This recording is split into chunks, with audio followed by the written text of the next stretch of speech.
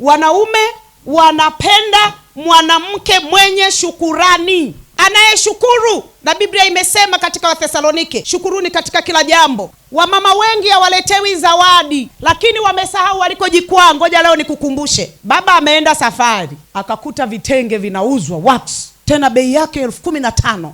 Sasa baba anajiuliza, mbona mke wangu ananiambiaga wax 30,000? Kumbe wanamuibia, ngoja nimpelekee. Baba anarudi safari akiwa mwenye furaha, ameleta zawadi kwa mke. Mke wangu, nimekuletea zawadi. Mama anaipokea haraka haraka. Haya, niangalie usoni, niangalie usoni. Mama anakunjua ile zawadi.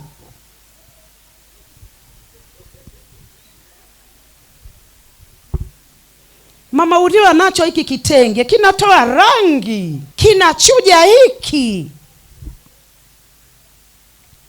Huyu baba umemmaliza, hata leta tena zawadi. Na ndio maana uletewi zawadi, umesahau wewe. Aliwahi kukuletea viatu, ukasema vyote vya kushoto.